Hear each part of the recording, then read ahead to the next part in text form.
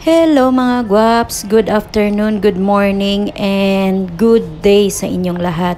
So ayan, nandito tayo ngayon sa gold shop dahil napag-isipan kong gumala-gala and tumingin-tingin. So ang mahal na ng ngayon, ng gold, mahal na ng per gram. So ayan, tingin-tingin lang muna tayo, pasukat-sukat. Kung nakikita nyo, sukat-sukat lang muna.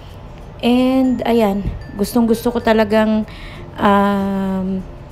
dahil wala namang ginagawa sa bahay, so ikot-ikot muna ako.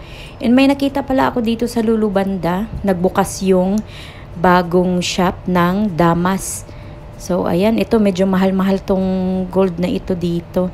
So pumunta din ako sa Souk Salmiya para tumingin-tingin ng mga gold, yung mga designs, ganon. So mahilig din tayo sa mga gold kasi yung gold din naman is bali pwede rin nating investment yan.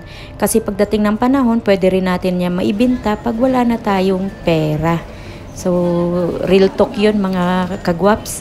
And ayan, andito ako sa Souk, ito sa Souk Salmiya na to na gold. So tingin-tingin lang tayo, ang gaganda, 'di ba? Tsaka mukhang mamahalin at mabibigat talaga. So yun lang po mga guwaps. Thank you so much for watching.